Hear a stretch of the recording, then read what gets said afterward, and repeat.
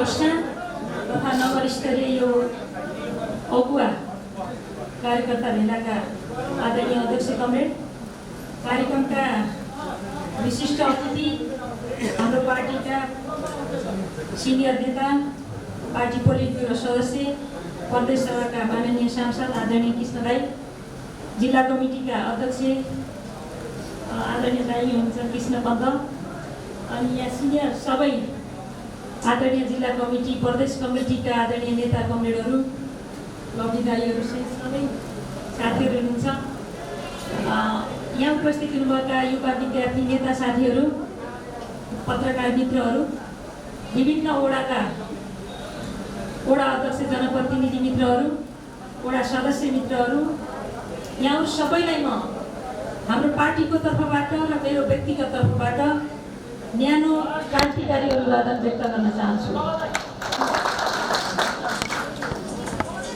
सबैभन्दा पहिले Nepal communist party एकीकृत समाजवादी हो यो नगरको नेतृत्व सम्हाल्नको लागि नगर कमिटीमा यसको नेतृत्व गर्ने नगर कमिटीका अध्यक्ष, उपाध्यक्ष, सचिव सहितका सबै आदरणीय कमरेडहरूलाई हार्दिक बधाई र शुभकामना दिन चाहन्छु।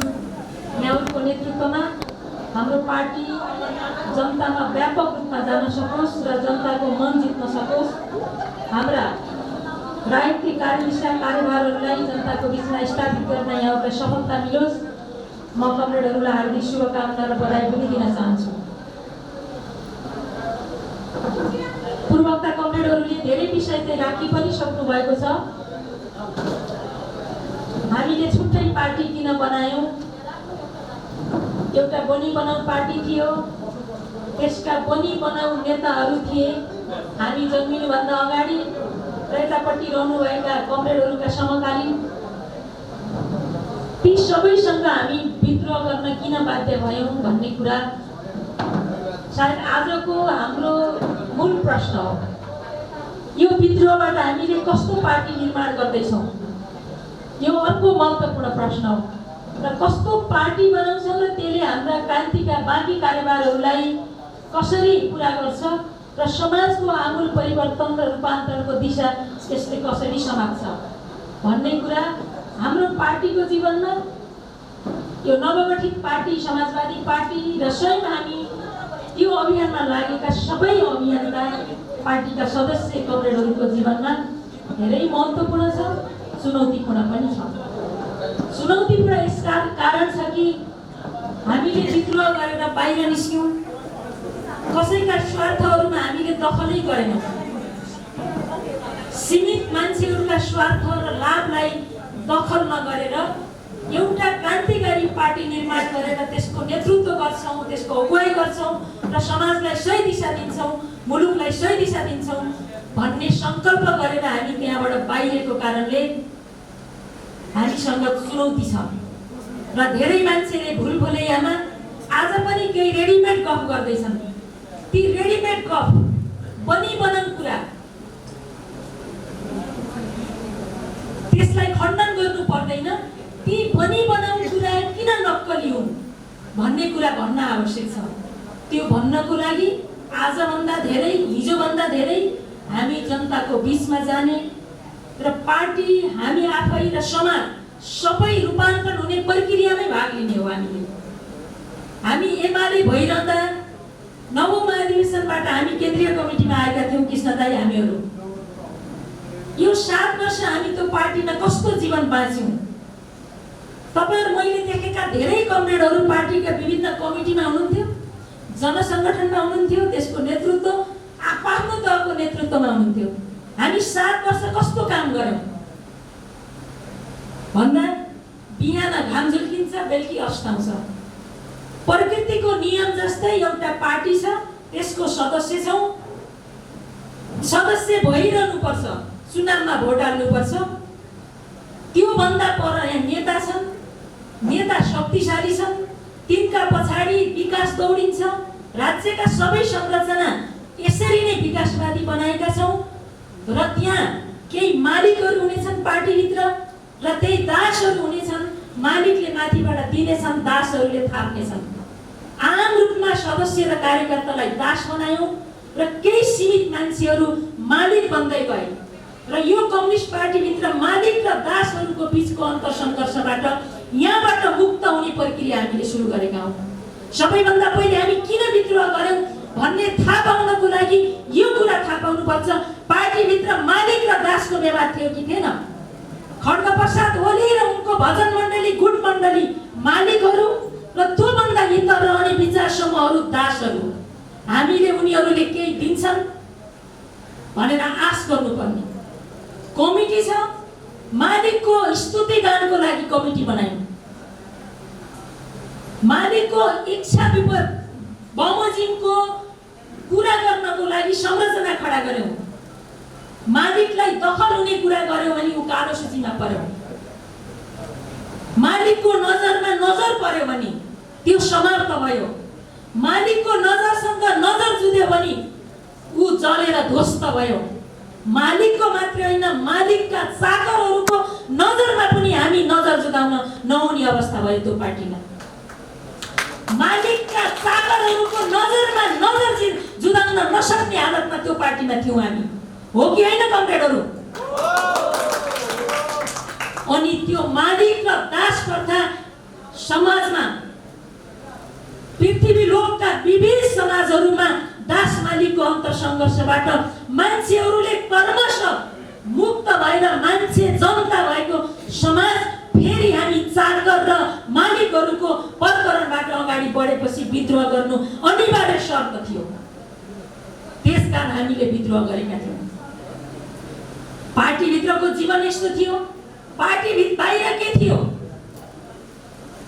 चाकरहरूलाई टिकट दिने, हामी जिताउन लाग्ने, कुटाइ खाने, मुद्दा भोग्ने, जेल पर्ने, मालिकका चाकरहरूको रक्षार्थ हामीले बाहिर फेरमा बसेर हामीले पार्टीको काम गर्ने, यही थिएन। अनि कथम कदाचित मालिकका चाकरहरूले चुनाव हारे भने तिनलाई राज्यान्तरमा विभिन्न नाममा पुर्याएर राज्यको लुट र दोहन गर्नको लागि हामीले परिपक्ष मिलाउने, यही भएको थिएन कि योभन्दा फरक भएको थियो? यही भएको थियो। यो चितवनमा, काठमाडौँमा मात्रै होला, राष्ट्रव्यापी रूपमा हाम्रो पार्टीमा दुई खालका मान्छे थिए, मालिकहरू थिए, चाकरहरू थिए।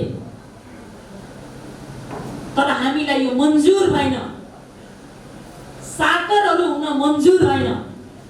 त्यसकारण हामी मान्छे, पार्टीका सदस्य, सोच्ने फरक मान्छे हुने प्रयास गरेको हो। यही प्रयास स्वरूप हामीले काँडाघारीको डरलाग्दो यात्रा तय गरेका छौँ। यो सुखद पक्कै पनि छैन,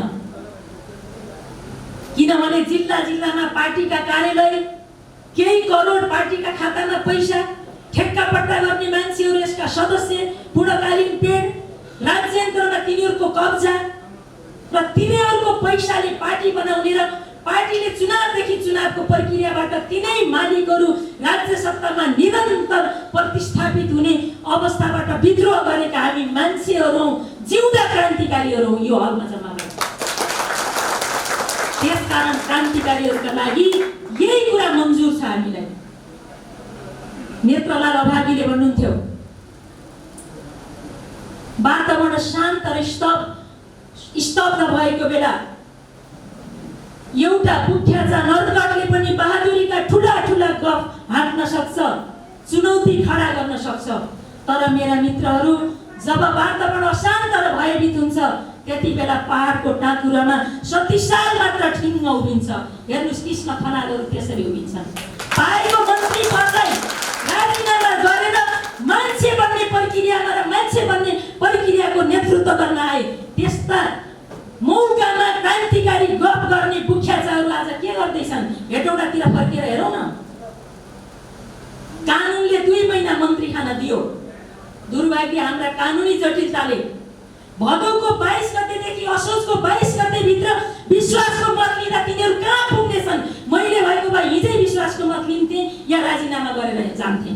क्रान्तिकारीहरूका कुरा हेर्नुहोस्, इतिहास भएका, बनाएका, बनाइएका, भनिएका, पढाइएका इतिहास भएका मान्छेहरू सीमित स्वार्थको लागि कसरी नर्तक जस्तै नक्कली कुरा गरेर बहादुरी र क्रान्तिकारी कुरा गर्ने रहेछन्। यही बागमती प्रदेशमा हामी हेर्न, बुझ्न र जान्न सक्छौँ।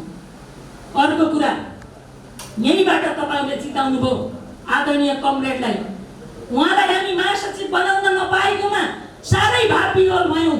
कयौं पटक हामीले आँसु पनि झारे होलौं।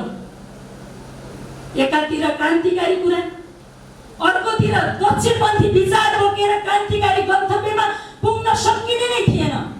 क्रान्तिकारी अवसरवाद थियो, दक्षिणपन्थी विसर्जनवादी विचार थियो। चैतको मसान्ततिर, चैतका पहिलो हप्तातिर उहाँहरू पार्टी फुटाउन लाग्दै हुनुहुन्थ्यो। जुन बेला हामीलाई पार्टी फुटाउने त्यो बाटोतर्फ हामी जान चाहदैनथ्यौँ। हामी भन्थ्यौँ कि अन्तरसङ्घर्ष एमाले भित्रै गरौँ, समानान्तर गतिविधि गरौँ, दबाब बढाउँ, पार्टी विभाजन गर्न हुन्न। काठमाडौँको ललितपुरको पार्टी प्यालेसमा भएको राष्ट्रिय भेलामा उहाँहरू पार्टी विभाजनको एजेन्डा बोक्नुहुन्थ्यो। हामी पार्टी एकताको पक्षमा थियौँ। समयले यसरी धकेल्दै धकेल्दै धकेल्दै लयो। हामी त्यहाँबाट निस्किनु पर्ने, हामीलाई देखाएर उहाँहरूले व्यक्तिगत सेटलमेन्ट गर्ने। यो धोका होइन। क्रान्तिकारीहरूले धोका दिन्छन्, क्रान्तिकारीले धोका दिन्छन् कि जोखिम मोल्छन्? यहाँ त क्रान्तिकारी लेपनमा हाम्रो नेतृत्व गर्नेहरू सर्लक्क हामीलाई देखाएर माधव नेपालले पार्टी तोड्दैछन्, 10 बुँदे कार्यान्वयन गरेर हामी ढोकैभित्र बस्छौँ। यही होइन? ललितपुरको कुम्भ मेला हामीले देखेनौँ। सबै बुख्याचाहरू को पनि माउ बुख्याचाको ठुलो पुतलो बनाएर त्यहाँ निच्चा हाँसेका फोटा देखेनौँ।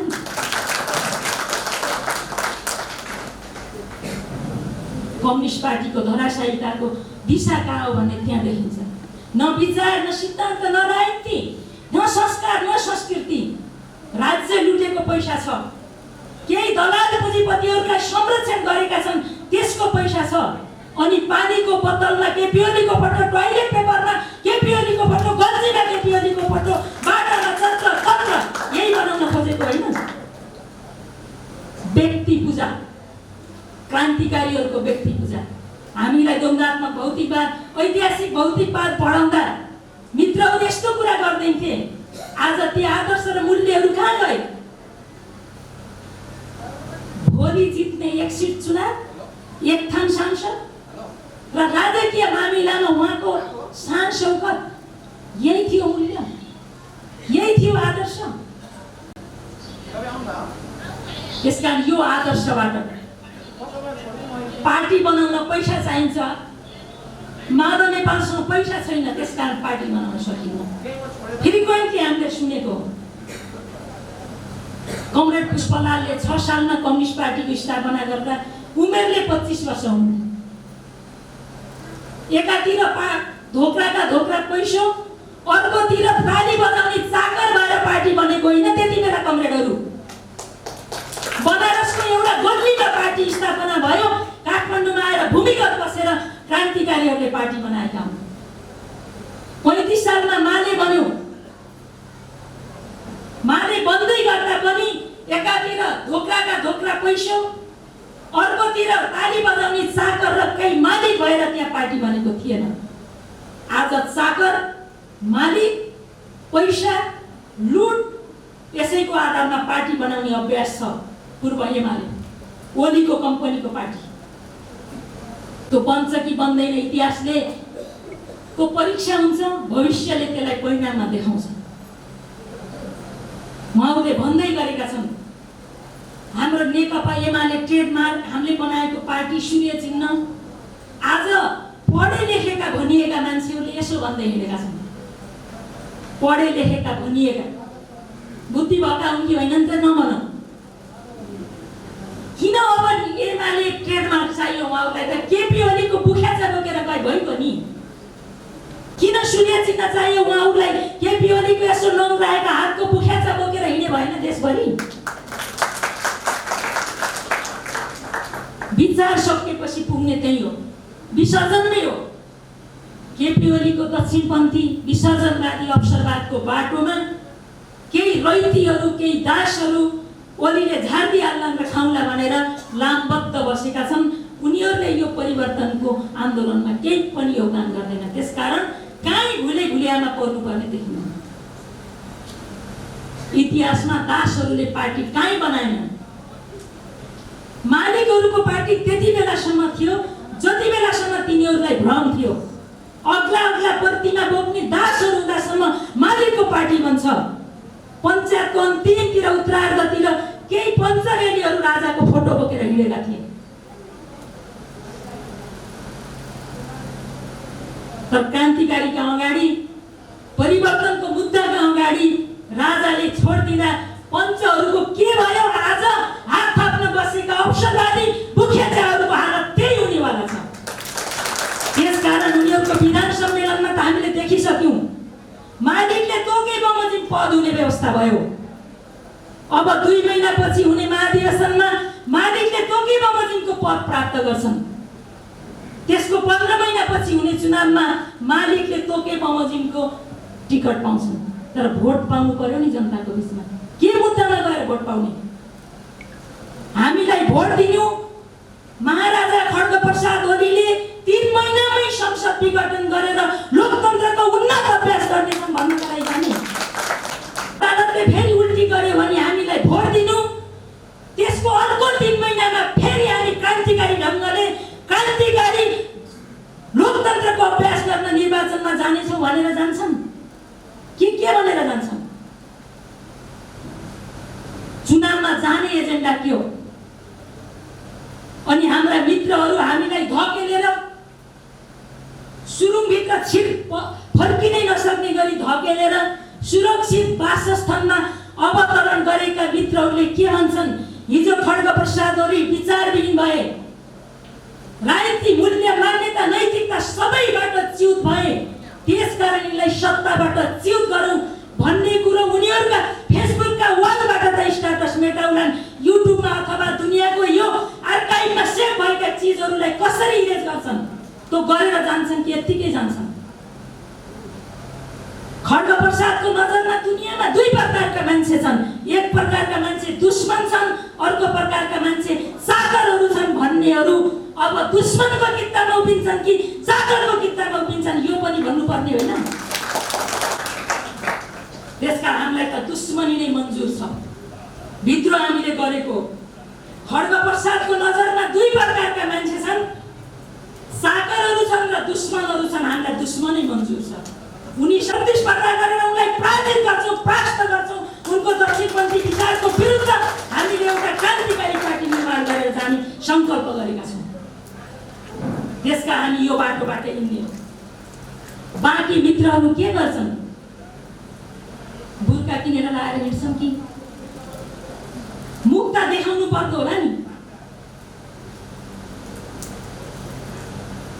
त्यसकारण मलाई ती मित्रहरूलाई पनि धेरै, हाम्रो पार्टीको अध्यक्ष कमरेडले धेरै केही नभन्नुस्, फर्केर आउने ठाउँ यही हो भन्नुभएको भएर अब योभन्दा अगाडि बढ्न भएन।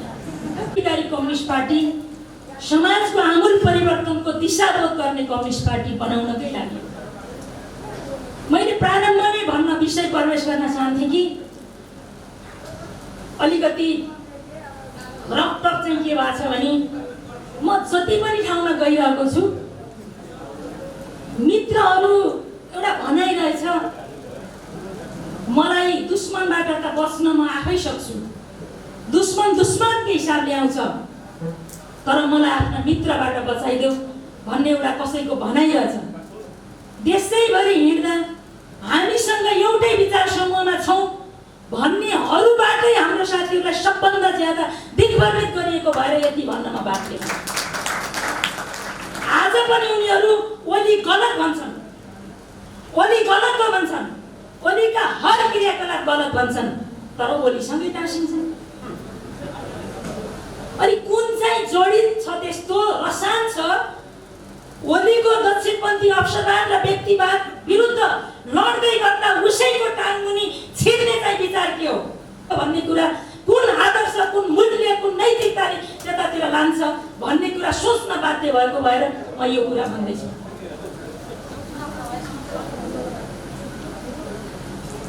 ओली अपराधी हुन्, राजनीतिक अपराध गर्छन्, माधव नेपाल बेइमान हुन्। त्यसकारण म बेइमानलाई साथ गर्न सक्दिनँ, अपराधीको साथ दिन्छु। यो अपराधी र बेइमानको बीचको खराबीको दूरी कति हो र नाप्ने केले हो? त्यसलाई नाप्ने कुनै के चाहिँ प्यारामिटर्सले नाप्छ? त्यो खराबलाई चाहिँ साथ गर्न नसकिने, अपराधीलाई साथ गर्न सकिने चाहिँ के हो? म धेरै पटक गोत्लिएँ यस्ता कुराले। त्यही भएर जति पनि साथीहरू भेट्दाखेरि यिनै कुराहरूले अलिकति उत्तेजित पनि गरेको छ, भ्रमित गरेको छ हामीलाई, र त्यसकारण यति कुरा भन्न बाध्य छु। ओलीले संसद किन विघटन गरे? ओलीले संविधान अनुसार काम किन गरेनन्? ओली किन यसरी हिँड्न चाहन्थे भन्ने कुराका बारेमा त यति धेरै जानकार भइसक्नु भयो कि अब धेरै भन्नै परेन। नवौं महाधिवेशनको विचार हाम्रो नेतृत्व प्राविधिक ढङ्गको ओलीको बदलाको भावनाले नवौं महाधिवेशनको नीति, कार्यक्रम, विधान र विचारलाई कहिले पनि ओलीले बोकेनन्। यतिसम्म कि एमाले हुँदासम्म हामी कति महिना बस्यौं? 2-3 वर्ष करिब एमाले हुँदा 3टा केन्द्रीय कमिटीको बैठक भएन। एकैचोटि माओवादीसँग प्राविधिक ढङ्गले पार्टी एकता गर्दा लगालगी 3-4-5वटा माइनेटमा साइन गरेको सम्झना छ मलाई। एकै दिन यस्तो प्राविधिक पार्टी फेरि नेपाल कम्युनिस्ट पार्टी नेकपा बनायो। हालत उस्तै छ। त्यहाँ पनि 35 महिना हामीले सकसपूर्ण ढङ्गले गुजार्यौं। त्यो पार्टी फेरि ओलीकै कारणले विभाजित भयो। ओलीको स्वार्थमा टक्राव लियो त्यो पार्टीले, उनी फेरि मिलाएर विभाजन गरे। त्यसपछि फागुन 23 देखि अस्ति भदौको 9 गतेसम्मका हाम्रा सकसका दिन, त्यो सकस अझै सकिएको छैन। पार्लियामेन्टमा दिनदिनै संसद अवरुद्ध गर्छन्। चलेको दिन आफैले ल्याएको नीति, कार्यक्रम, बजेट पास गर्न दिँदैन। डेमोक्रेसीमा यो भन्दा लज्जाजनक अवस्था के हो? यो अवस्था छ। त्यसकारण ओली के लोकतन्त्रका लागि सही मान्छे हुन्? उनले सही काम गर्दैछन्? उनी लोकतान्त्रिक बाटो नै हिँडेका हुन् अथवा के हो? संसद जनताको प्रतिनिधिमूलक थलो, सरकार संसद मार्फत जनताप्रति उत्तरदायी हुने व्यवस्था, बहुदलीय लोकतान्त्रिक व्यवस्था, प्रत्येक जनताको सरोकारको विषय त्यहाँ प्रश्न उठ्थ्यो र सरकारले त्यही जवाब दिएर जनतालाई सम्बोधन गर्ने व्यवस्था ओली महाराजाले राख्न चाहँदैथे। सरकार बनाउने स्रोत जनताको सार्वभौमिकताको अभ्यास उसका जनप्रतिनिधि मार्फत गर्नेछ भनेर संविधानमै लेखेको छ र सरकारको स्रोत चाहिँ जनता हो। जनताको सार्वभौमिकता उसका जनप्रतिनिधिद्वारा अभ्यास गरिने भएर संसदले सरकार बनाउने र विघटन गर्ने प्रक्रिया हो र सरकारको स्रोत संसद हो। नीति, कार्यक्रम, बजेट बनाउने, विघटन गर्ने, कानुन बनाउने, त्यसलाई विघटन गर्ने सबै कुराको निर्धारण जनताले गर्छन् भनेको जनताका आफ्ना प्रतिनिधि मार्फत संसदले गर्छ भनेको। यति सामान्य लोकतन्त्रको अभ्यास अथवा यसले निर्माण गरेका मानकहरूमा खड्ग प्रसाद ओली संसद किन विघटन गर्न चाहे भने उनी एकपटक प्रधानमन्त्री भएपछि अब आजीवन त्यही कुर्सीमा रहिरहने। संसद भयो भने संसदले सरकारको विकल्प खोज्न सक्छ। सरकार भ्रष्टाचारमा चुर्लुममा डुबेको छ। उनका मन्त्रीहरू सीधा भ्रष्टाचार र कमिसनको खुला बार्गेनिङमा बाहिर आइरहेका छन्। भ्रष्टाचार बाहेक अर्को कुरा ओलीको नजरमा सत्य छैन। म भ्रष्टाचार गर्न दिन्न भनेर चोकमा सरकारी अड्डाका कोठा-चोटाका भित्ताहरूमा त्यो प्रिन्ट गरेर लेखिएको छ र प्रिन्ट गरेर बनाइएको फ्लेक्स अथवा साना ट्याबलाइटहरूमा पनि ओलीको मान्छेहरूले त्यसैमा पनि भ्रष्टाचार गरेका छन्। म भ्रष्टाचार गर्न दिन्न भन्ने स्लोगान छापेर टाँस्ने ठाउँमा पनि भ्रष्टाचार छ। यो अतिथि कागज जस्तो लेख्न पर्यो नि हो त। उनीहरूले यस्तो टेम्प्लेटमा लेखेका छन् मेटलहरूमा कोठा चोटामा ओली महाराज जसको स्तुति गान जहाँ जहाँ गाइन्छ त्यहाँ टाँस्न पर्यो र एकमुष्ट अडल गरेर टाँसिएको छ। त्यसैमा पनि भ्रष्टाचार छ। हेर्नुहोस् न कतिसम्म हो। हामी यहाँ भएका सबै साथीहरूले इमेल चलाउँछौँ। इमेल एड्रेस खोल्नको लागि आजसम्म हामीले एक पेनी पैसा कहीँ तिरेका छैनौँ। चाहे इमेल भनौँ चाहे अरू सोसल साइटका विभिन्न एप्लिकेसन्समा हाम्रो एक्सेस पुऱ्याउँ। खड्ग प्रसाद ओलीका छोरा मन्त्रीहरूले सरकारी इमेल एड्रेस खोल्न पनि 10 करोड भ्रष्टाचार गरेको कुरा महालेखाको प्रतिवेदनमा आएको छ। रिटर्न डकुमेन्ट हो।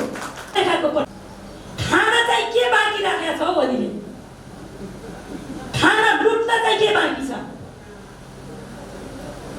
आज पानीको बोतलदेखि टोयलेट पेपरसम्म ओलीको फोटो टाँसिने पैसाको स्रोत के हो? हुन त म सांसद भएदेखि यता मैले 5,80,000 लेबी तिरेछु।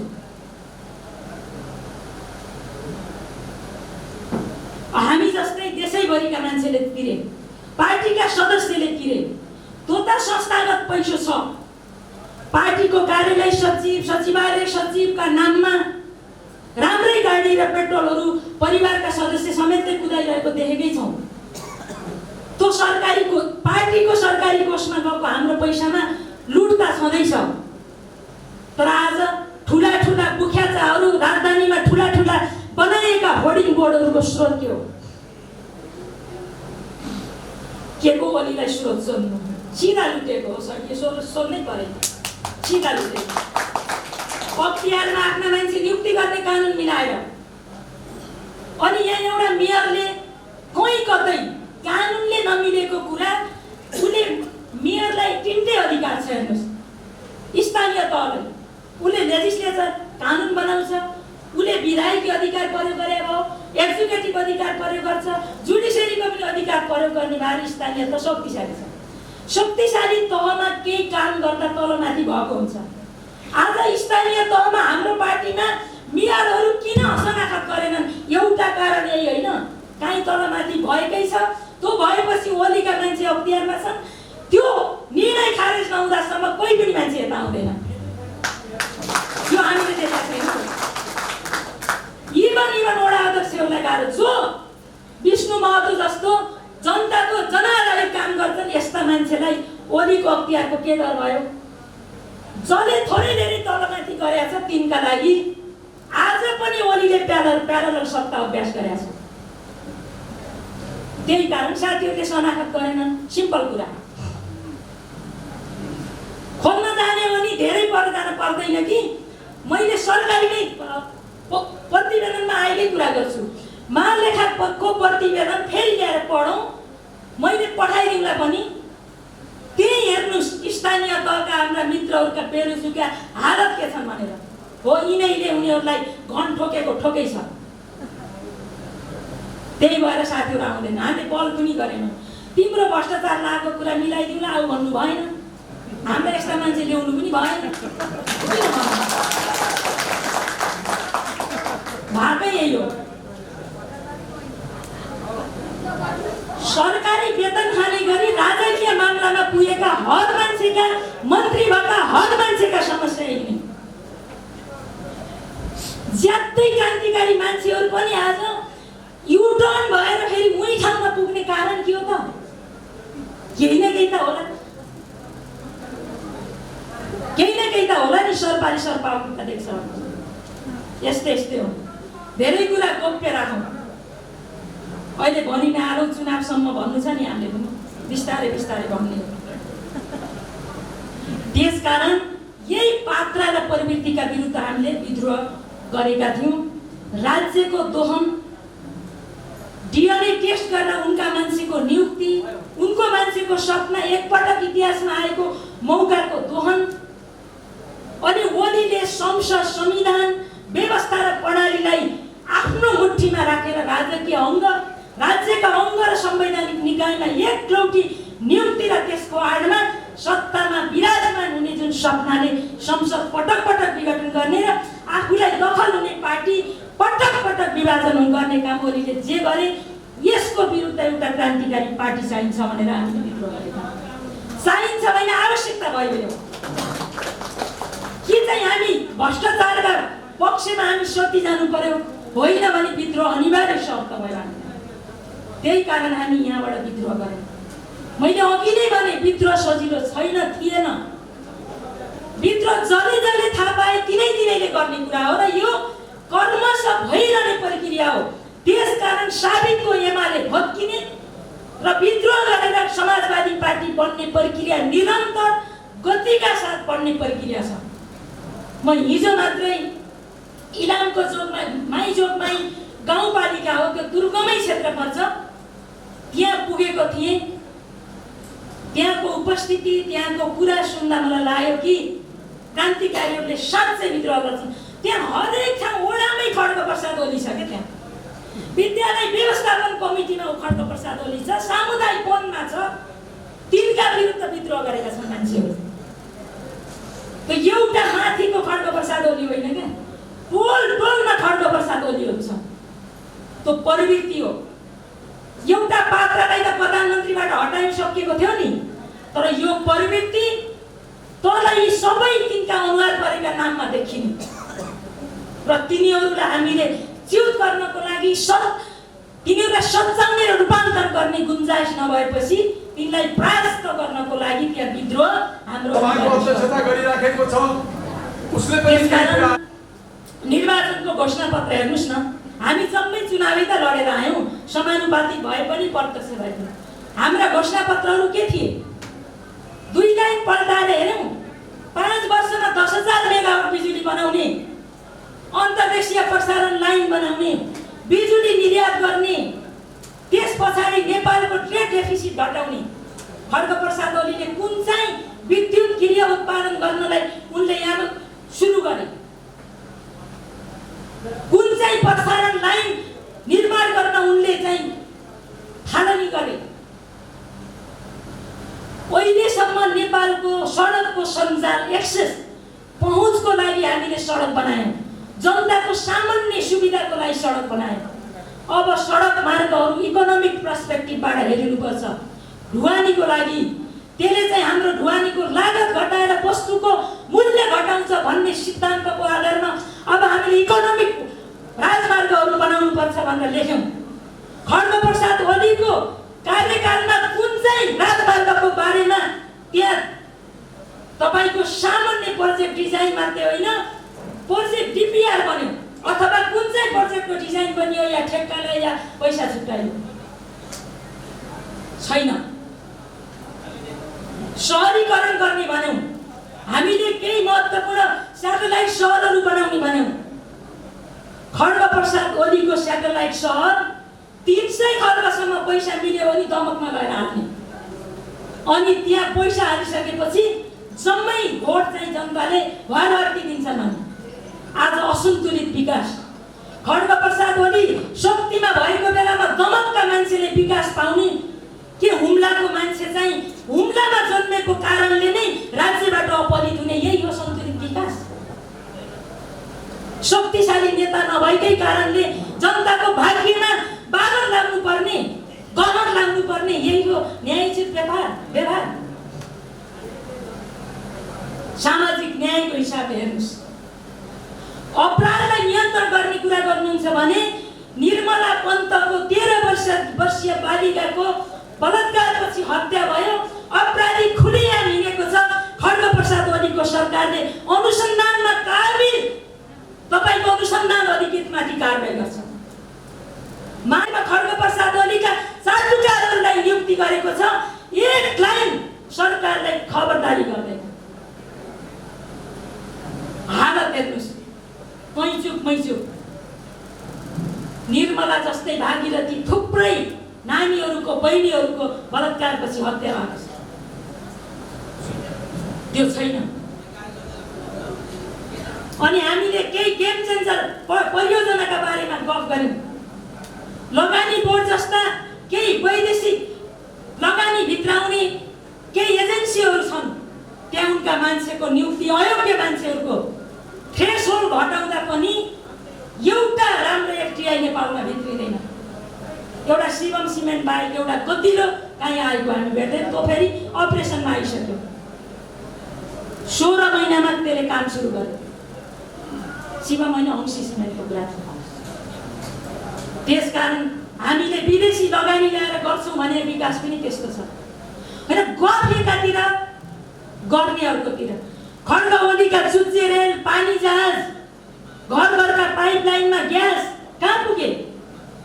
अरूले नै, अरू सरकारको बेलामा ठेक्का लाएर ओलीको पालामा आएको रेल, ओलीले नियुक्ति गरेको जिएमले अरू सोसल साइडमा के गर्दैछ, जनकपुरमा रेल तिरपालले छोपेर राखेको छ। कति वर्ष भयो? पत्रकार मित्रहरूले हेरेर लेखिदिनुहोस् कोली सरलाई। रेल त आएको थियो नि, चलाउने होइन र कि हेरेर चित्त उजाउने हो पानी छम्किने भनेर।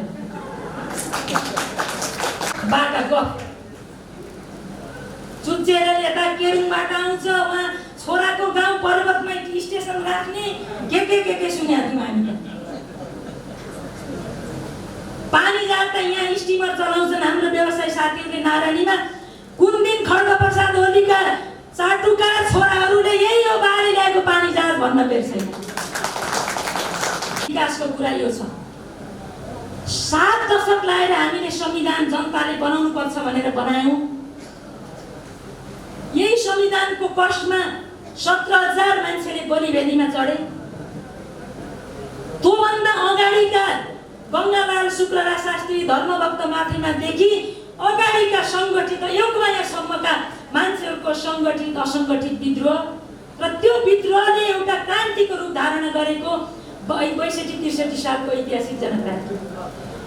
त्यो क्रान्तिका उपलब्धिहरूलाई संस्थागत गरेको संविधान 2072। संविधान आएको 5 वर्षमा खड्गप्रसाद ओली यो संविधानलाई निकम्मा साबित गर्न चाहे 2 पटक संसद विघटन गरेर 6 महिनाभन्दा धेरै संविधानले जननिर्वाचित प्रतिनिधिले शासन गर्ने कुराको परिकल्पना गर्दैन। उनी संसद विघटन गरेर पटक पटक मन्त्रीमण्डल विस्तार गर्छन्। मान्छेहरूलाई 2 दिन भयो नि झन्डा हल्लाउने अवसर दिन्छन्। कारण के भने उनका भजन मण्डलीहरू, चाकरहरू बढाउने उनको प्रयास हुन्छ।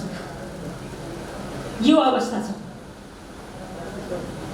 खड्गप्रसाद ओलीको कदमलाई यदि अदालतले नसच्चाएको भए वैशाखमा चुनाव हुने रहेछ त। वैशाखमा हामी सँगैका कति नौजवान होनहार साथीहरूलाई कोरोनाले गुमाएका छौँ, याद छ हामीहरूलाई? सँगसँगैका साथीहरू गुमाएका छौँ। अनि संविधानमा सङ्कट सिर्जना गरेर राज्यका अङ्ग, राष्ट्रपति, आर्मी, पुलिस, आर्मी, अदालत सबै चिज प्रभावित गरेर एक्लै नियन्त्रित, निर्देशित लोकतन्त्रको बाटोबाट हिँड्ने ओलीको कदमको विरुद्ध हामीले विद्रोह गर्नु अनिवार्य शर्त थियो कमरेडहरू। त्यही कारणले बङ्गलादेश मोडेलको नियन्त्रित लोकतन्त्रको पक्षमा हामी उभिएनौँ। लोकतन्त्रमा जनता सार्वभौम हुन्छन्, स्वतन्त्र हुन्छन् र उनले विचार गर्नुपर्छ भन्ने हामीले सोच्थ्यौँ। त्यही भएर हामीले संसदलाई पुराकार सञ्चालन गर्न, सरकारको स्थायित्वको लागि, संविधानलाई को रक्षाका लागि हामीले विद्रोह गरेका छौँ। यही कष्टमा गरिएको विद्रोह हो। यदि व्यवस्थामा तलमाथि भयो भने हाम्रो समाज राजनीतिले कति धेरै प्रभावित गर्छ भन्ने कुरा हामी सुनेका छैनौँ। र मन्त्री परिषद किन विस्तार भएन भन्ने कुरा आज जनजनको चासो हुन्छ भने संविधान किन च्यातियो भन्ने कुरा त एउटा गरिखाने उद्यमीका लागि पनि धेरै चासो हुन्छ। नेपालमा स्थायित्व हुन्छ कि हुँदैन भनेर केही उद्यमशील साथीहरूले, केही व्यवसाय गर्ने साथीहरूले कुरा गरिरहेका कुरा मलाई सुनाउँदै हुनुहुन्थ्यो। नेपालमा केही यस्तो काम गर्न खोज्यो भने तिम्रो देशको कानुन, political stability, trade union movement, जनताको चेतना, कन्ज्युमरको अवस्था के छ भनेर 5-7 वटा कुरा जसले नेपालमा लगानी गर्ने हो त्यसले पहिल्यै सोधिहाल्छ। त्यसकारण विकासको लागि फड्को मार्न पनि राजनीतिक स्थायित्व, जवाफदेही सरकार, भ्रष्टाचारको नियन्त्रण र पारदर्शिता अनिवार्य शर्त हो। त्यही कारणले हामीले हाम्रा सपनाहरूको मलामी नजान र हाम्रा सपनालाई साकार पार्नको लागि पनि ओली र ओलीतन्त्रको विरुद्ध विद्रोह गर्नु अनिवार्य शर्त हो। त्यही कारणले हामीले यो ठाउँमा आयौँ।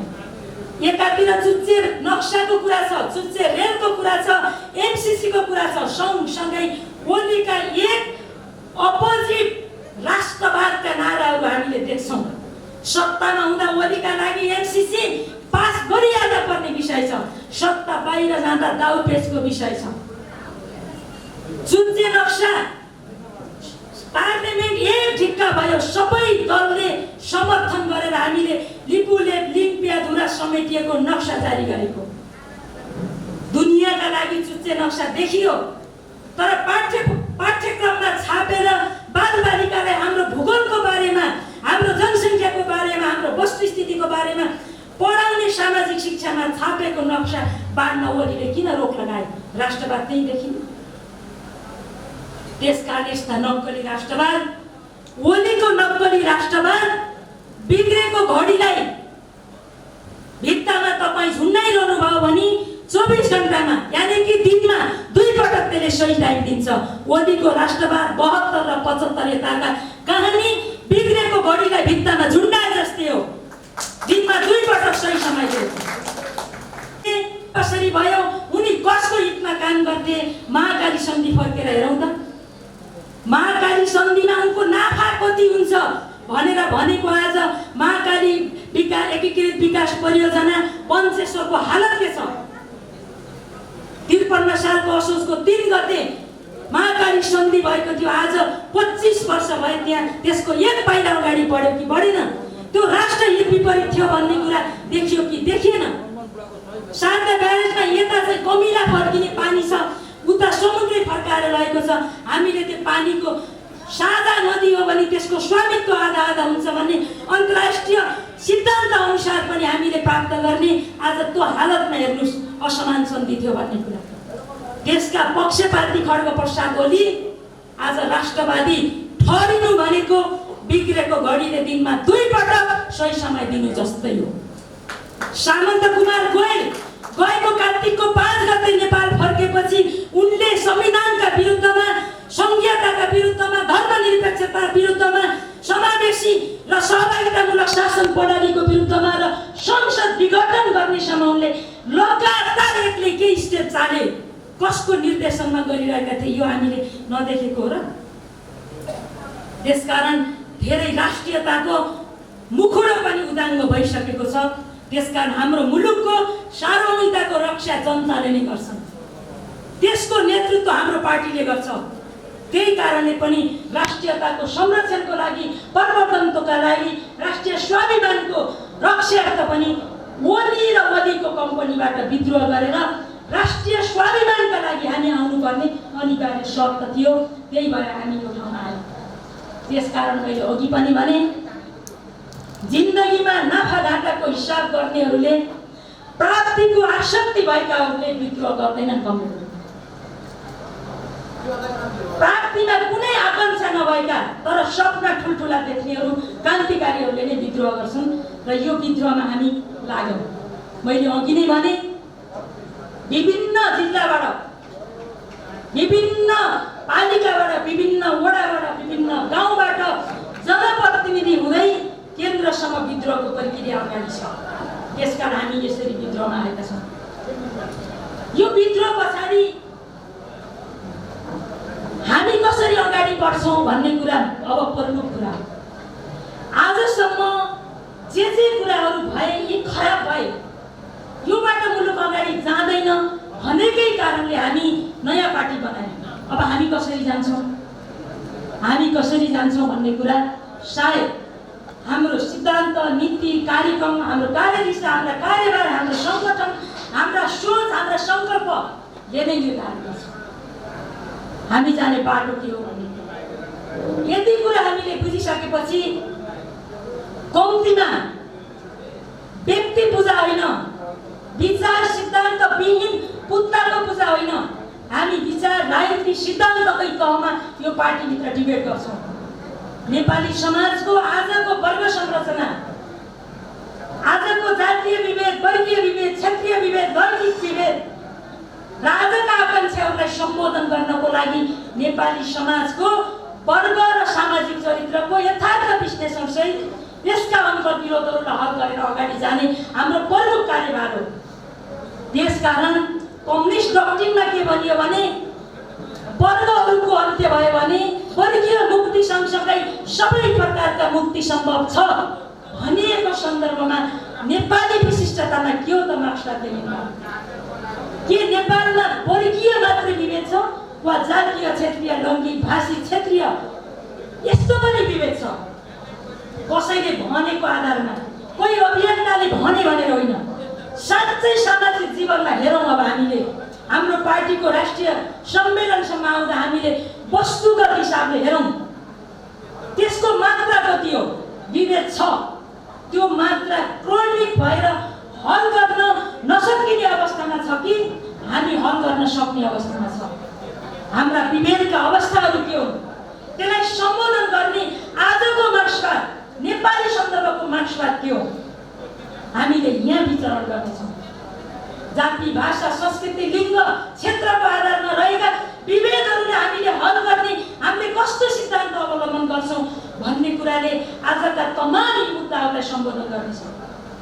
संसारभरि र नेपालमा भएको समाजमा दुईटा वर्ग छन्, हुने ठानेर नहुने गरिब र धनी वर्ग, र ती वर्गहरूको वर्गीय अन्तर्विरोधलाई आजको दिनमा समाजवादको आधार सिर्जना गर्ने भनेर कार्यदिशा बोकेर हिँडेको पार्टीले समाजवादको आधार तयार पार्दाखेरि तल्लो वर्गका विपन्न वर्गका लागि हामीले के कार्यक्रम गर्छौँ?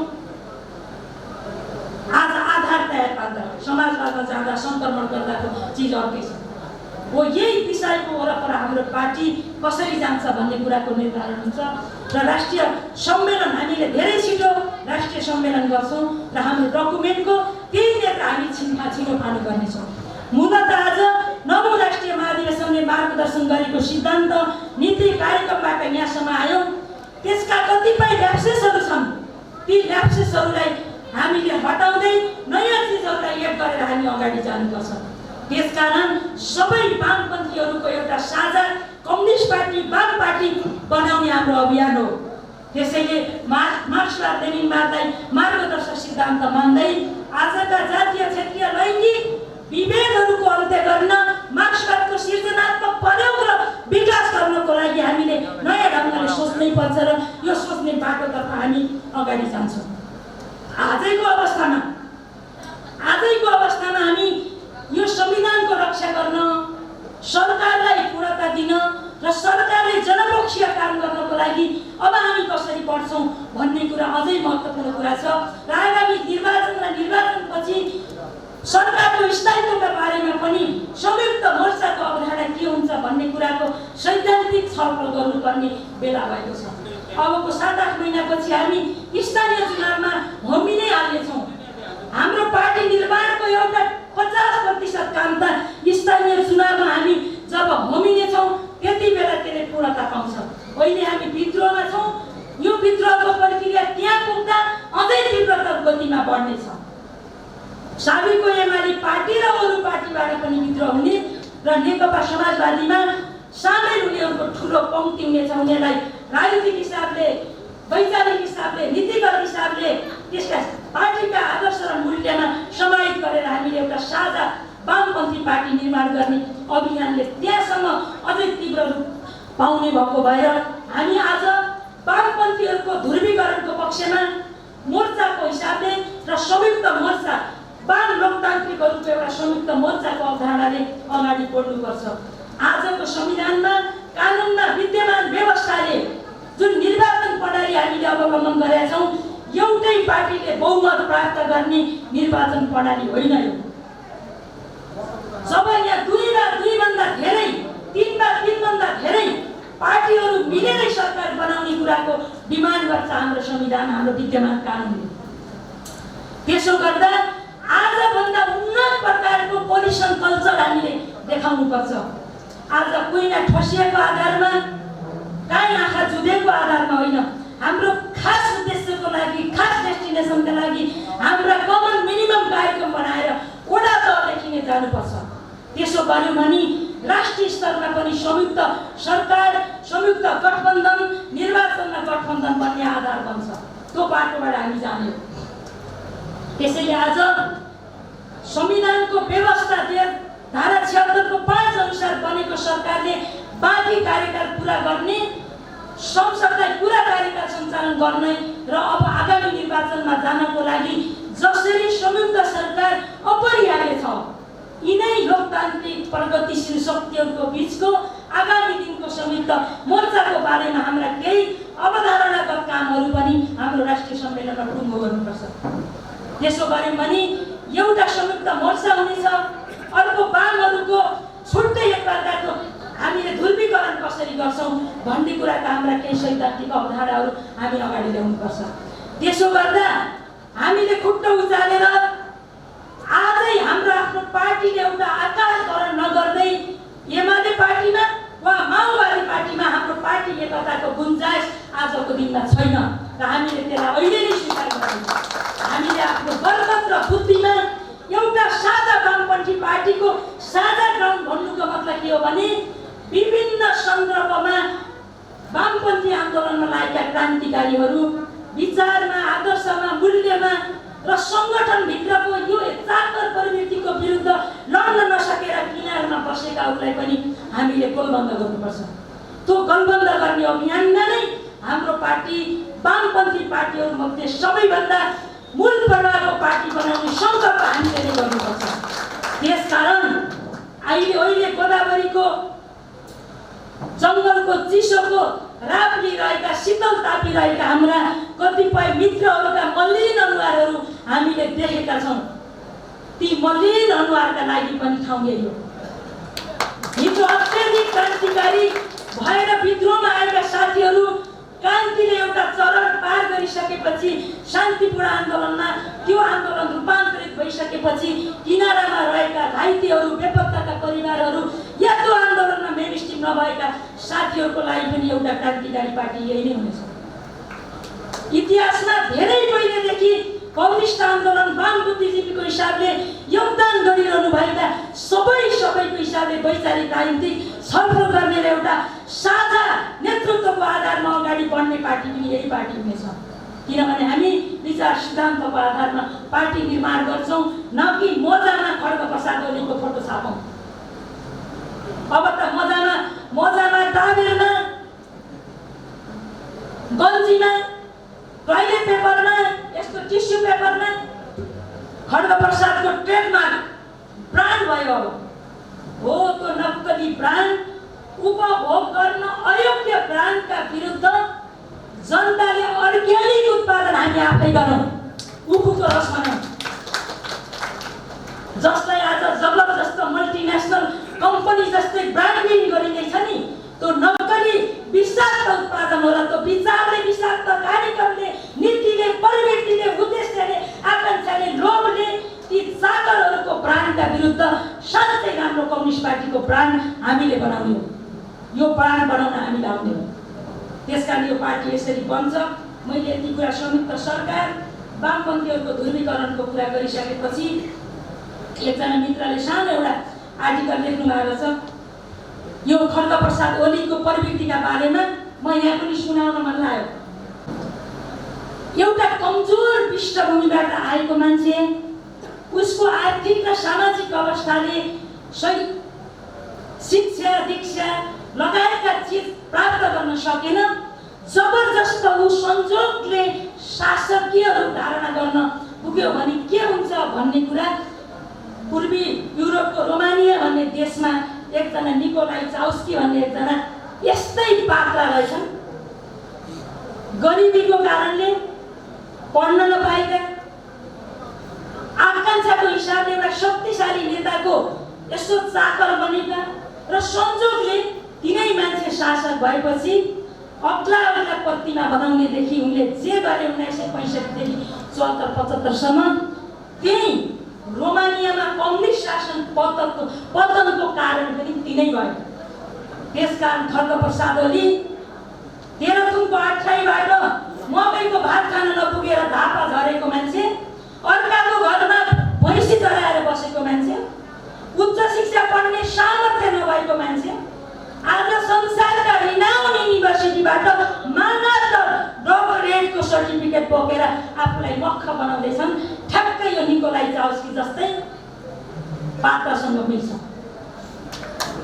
संजोगले वामदेव गौतम जस्ता केही मान्छेहरूको कारणले ओली पुनः कहिल्यै पनि सत्तामा आउन नसक्ने मान्छेलाई सत्तामा ल्यायो। आज ओली एक व्यक्ति एक पद, झलनाथ खनाल प्रधानमन्त्री हुँदा एक व्यक्ति एक पदको कुरा गर्ने, अनि वामदेव गौतमहरूले त्यहाँ साथ दिए। यता झलनाथ खनाल पार्टीको अध्यक्ष, खड्ग ओली दलको नेता, खड्ग ओलीको उदय त्यहीँबाट। 70 मा चुनाव भयो, 71 मा उहाँ पार्टी अध्यक्ष हुनुभयो। त्यसपछि दलको नेता, पार्टी अध्यक्ष, प्रधानमन्त्री, फेरि उहाँ बहुपद उहाँलाई, त्यो कुरा भन्दै आयो। त्यति मात्रै होइन, 74 मा चुनाव भयो।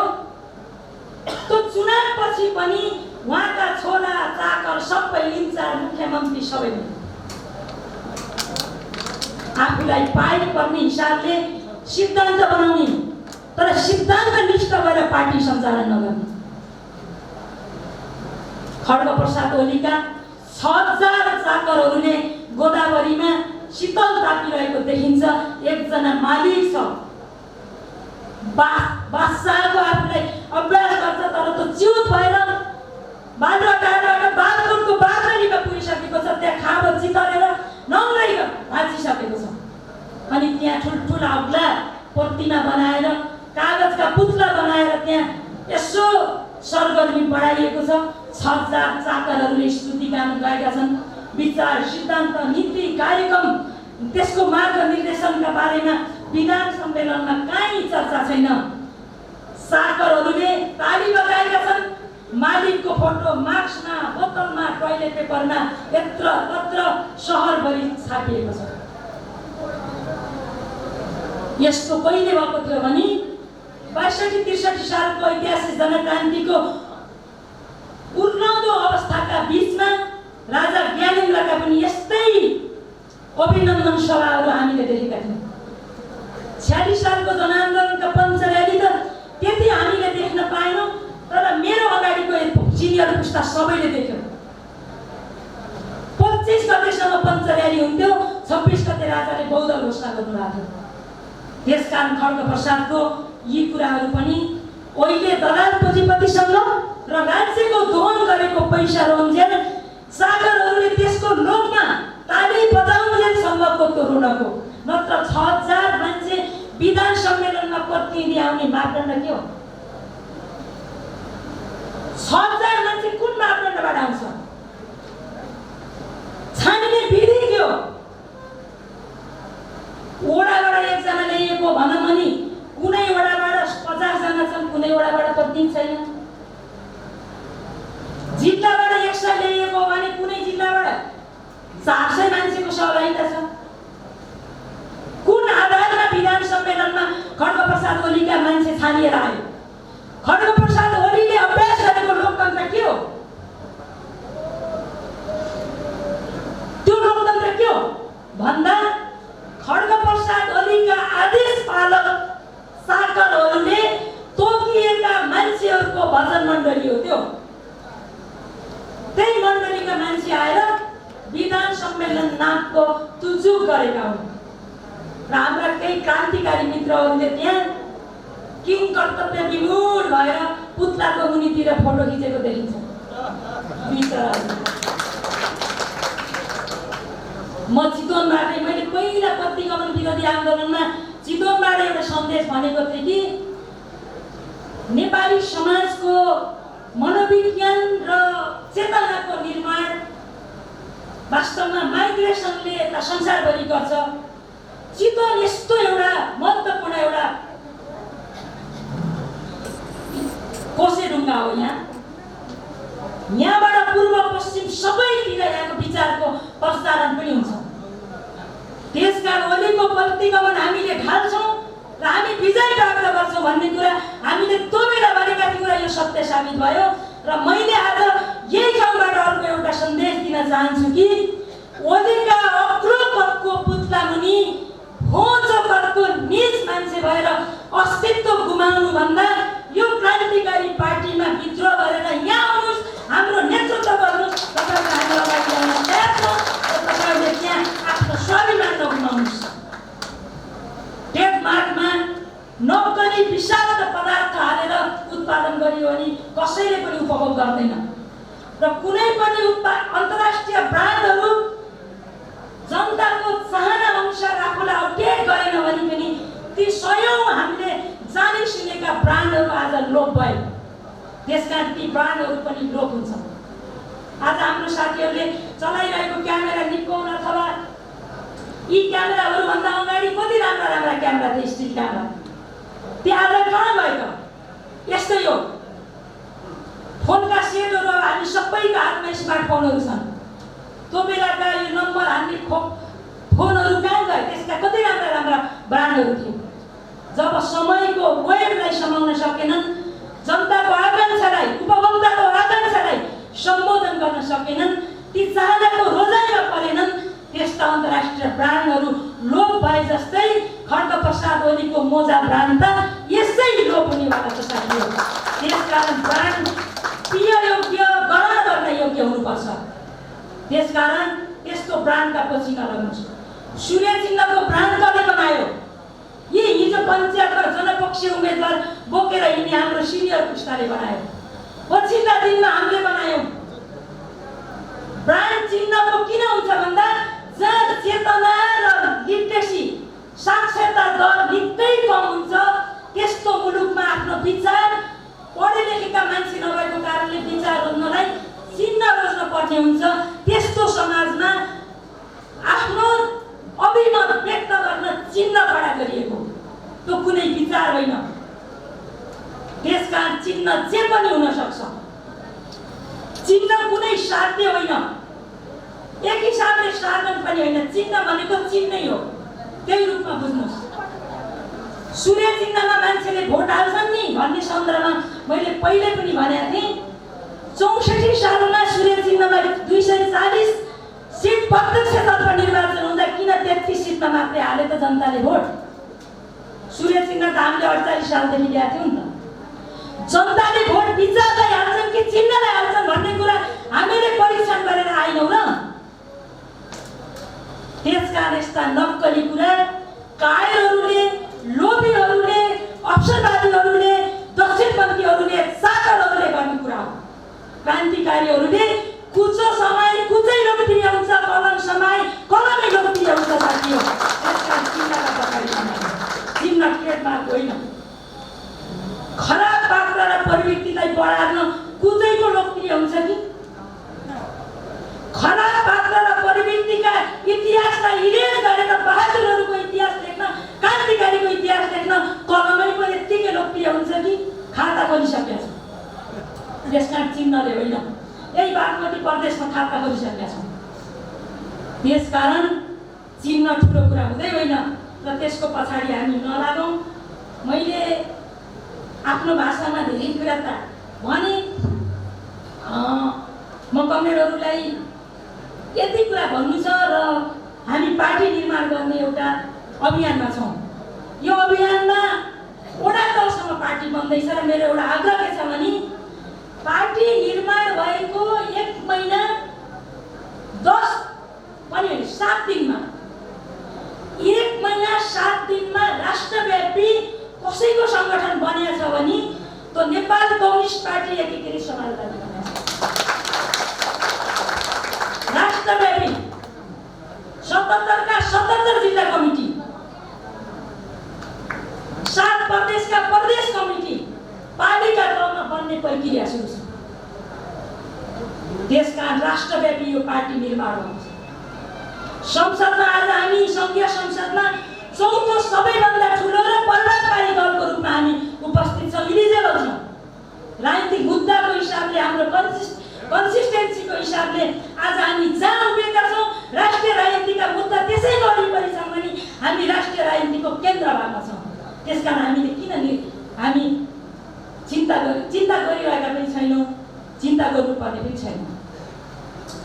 यो राष्ट्रव्यापी पार्टी हो।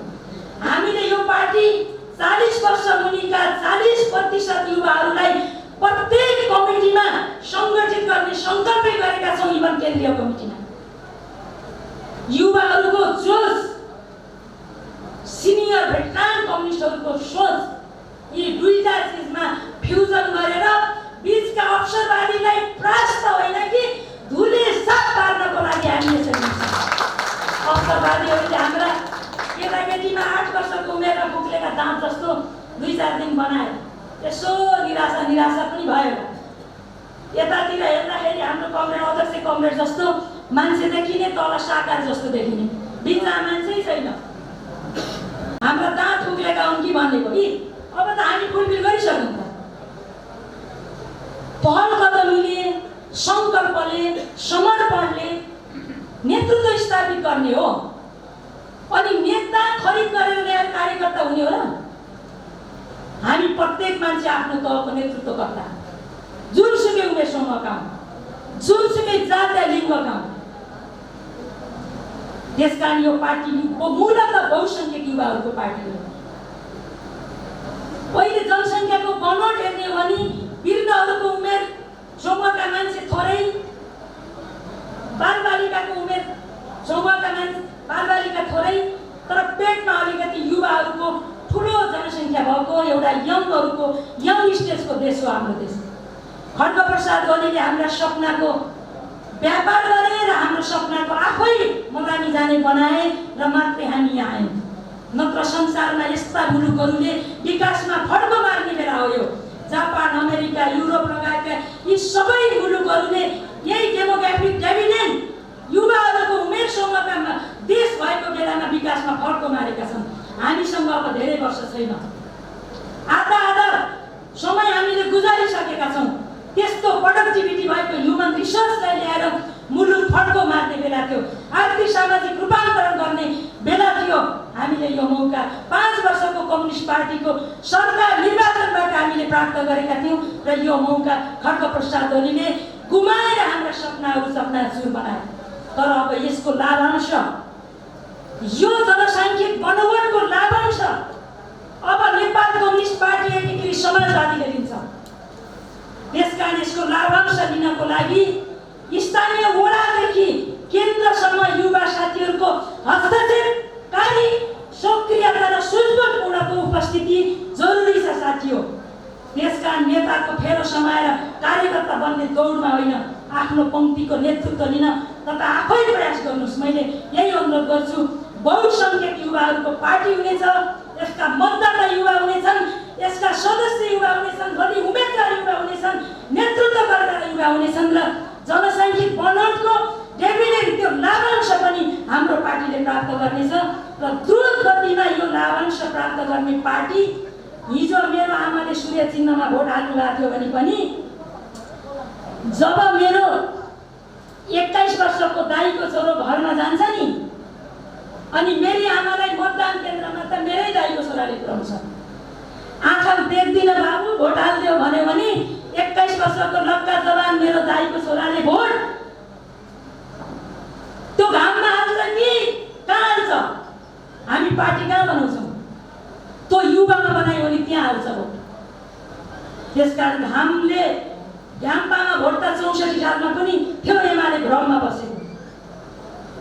त्यति बेलासम्म वृद्धले भोट हाल्नेछन् जति बेलासम्म स्कुल कलेजका नौजवान हाम्रा साथीहरूलाई हामीले कमिटेड गरेर गाउँमा पठाउँदैनौँ, हरेक मतदाता बुथमा घरमा परिवारमा पठाउँदैनौँ, त्यति बेलासम्म यिनका सूर्य चिन्हका तुजुक र ब्रान्डका तुजुक रहन्छन्। त्यही भएर अखिल र युवा सङ्घका साथीहरू तपाईँ त 24 घण्टामा मिल्छ भने अझै 48 घण्टा एक्सटेन्सन गरेर काम गर्नुहोस्। यदि हाम्रो भाग्य र भविष्यको निर्माता हामी हुने हो भने हरेक वडा तहमा 18 वर्ष पुगेका सबै मान्छेहरूलाई सङ्गठित गरौँ, चैत मसान्तमा मतदाता हुने। प्रत्येक विद्यालय र कलेजका शैक्षिक प्रतिष्ठानका सेक्सनमा अनिवार्य बनाउनुहोस्। स्वभावैले विद्यार्थीहरू क्रान्तिकारी परिवर्तनका सम्भाव हुन्छन्, पार्टी त्यसले बनाउँछ। हामी गाउँमा अनिवार्यहरू एकताको 5 हुँदा रामपुरको कृषि क्याम्पसमा युवा दल दाइहरू अखिल 5 छन् भन्ने सुनेर भएको, उहाँको कहिले हाम्रो गाउँ पुग्नु भएन। विद्यार्थी दाइले त्यसरी प्रसारित हुन्छ। तिमीहरूलाई त कोही छैन किन लाग्यो भन्नेको लागि ए सहरमा पढे लेखेका दाइहरू छन् भनेर लाग्यो हामी। अहिले त हामी आफै गर्छौँ, बेला त्यो होइन। त्यसकारण यो पार्टी बनाउने काम पनि युवाहरूलाई बढ्ता जोड दिउँ। सिनियरहरूलाई भित्रान कम्युनिस्ट लिग बनाएर विधानमा व्यवस्था छ, उहाँहरूको सल्लाहकार एडभाइजरी प्यानलमा सक्रिय भूमिकामा राखौँ। अनि यङहरूले 6 घण्टा बिरामी हुन्छ, 7 घण्टा सुत्नुहोस्, बाँकी 15 घण्टा काम गर्नुहोस्। आफूले गरेको कामको समीक्षा गर्नुहोस्। कतिजना नयाँ मान्छे भेटे, के कुरा गरे, त्यो सम्बन्ध राजनीतिक थियो कि थिएन, त्यो राजनीतिक सम्बन्धले के परिणाम आयो, आफूलाई परीक्षा गरौँ। आफ्नो परीक्षा जिन्दगीमा लेखेर परीक्षा धेरै दिउँ, आफै आफूलाई नम्बर दिने परीक्षा गरौँ त। 7 महिनापछि हामी फोरमा फोर जिम्मे लिने काबिल बन्छौँ कि बन्दैनौँ? खास गरी मैले युवा साथीहरूलाई भने, महिलाहरूको कुरा, महिला दिदीबहिनीहरू कुनै न कुनै समूहमा आबद्ध हौँ, महिलाहरूका कुनै न कुनै उद्यमशीलताका कुरामा जाउँ, अनि यो समाजवादी आन्दोलनलाई जोडौँ। समाजवाद भने के हो भने दुई शब्दमा त भन्न सकिँदैन, तर मैले के भने पनि सार्वजनिक क्षेत्रको सामाजिकीकरण गर्ने प्रक्रिया समाजवादको आधार निर्माण गर्ने हो। त्यो भनेको के हो भन्दा चितवनको क्षेत्रमा सामुदायिक वन हो, मध्यवर्ती क्षेत्र हो, पुल हो, बिजुली हो, खानेपानी हो, महिला समूह हो, विद्यालय हो, अस्पताल हो, यी तमाम सार्वजनिक क्षेत्र हुन् र ती सार्वजनिक क्षेत्रलाई सामाजिकीकृत गर्ने, बहुसङ्ख्यक समुदायको हितमा प्रयोग गर्ने प्रक्रिया चाहिँ समाजवादको आधार निर्माण गर्ने प्रक्रिया हो। त्यो प्रक्रियामा अब घर घरबाट सबै महिला दिदीबहिनीहरूले नेतृत्व गरेर यो पार्टीमा आधा हिस्सेदारी कायम गर्न आइसके पछाडि अब कसैको तागतले समाजवादी पार्टीलाई हल्लाउन सक्छ? त्यसकारण सक्दैन। त्यसकारण यो बाटोमा हामी लागौँ, वडा बुथ कमिटीसम्म हाम्रा अभियानहरूलाई सञ्चालन गरौँ। मलाई कतिपय साथीहरूले चुनावी रणनीति पनि भाषणै भन्दो रहेछ, अर्काले सबै थाहा पाए भन्नुहुन्थ्यो। अब थाहा पाउँ त, अब थाहा पाउनको लागि भने हो। त्यसकारण भोलि निर्वाचनमा जानको लागि संयुक्त मोर्चा, वाम गठबन्धन लगायतका यी चिजको लागि पनि आधार तलै निर्माण गर्नुपर्छ, माथि पनि निर्माण गर्नुपर्छ, तल पनि निर्माण गर्नुपर्छ। अब धेरै जाँदा जाँदै धेरै छिटो हामी संयुक्त सरकारको हिस्सेदार बन्नेछौँ। सङ्घीय सरकारमा, प्रदेश सरकारमा र त्यहाँ हाम्रो प्रभावकारी भूमिका रहनेछ।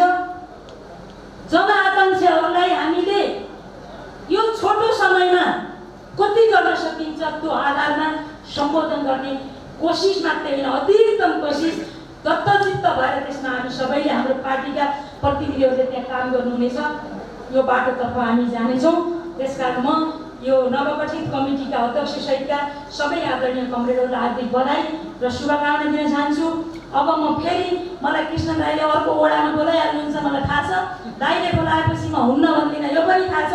अब अर्को वडामा फेरि भेट्ने गरी बिदा हुन चाहन्छु। धन्यवाद।